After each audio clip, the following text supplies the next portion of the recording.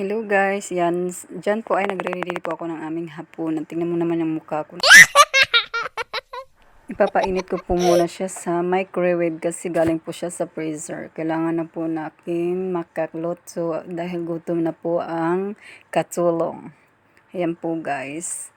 Iinitin ko lang po siya ng ilang minuto. Yan.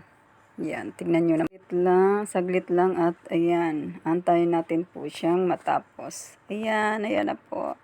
Ayan, tignan mo na pasayo-sayo pa ako. Tignan nyo po dyan, ayan o. Tignan nyo naman, ayan.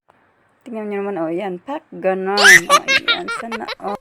O, diba, napasayo pa yan. Ayan, binalikan na naman natin ang ating microwave. Baka tignan natin, baka naloto na siya. Ayan na guys, tignan nyo po. Ayan na. Oops. Matigas pa siya guys. Tignan mo. Kaya isa-isa ko po muna siya.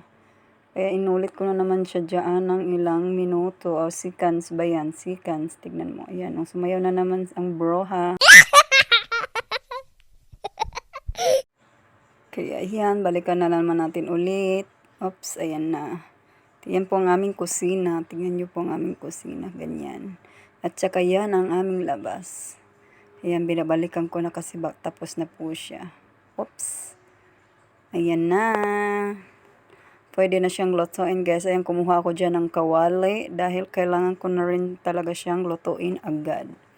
Ayan na guys, papunta na po ako dyan sa kalangkalan namin. Ayan na. Sindi-sindi na tayo.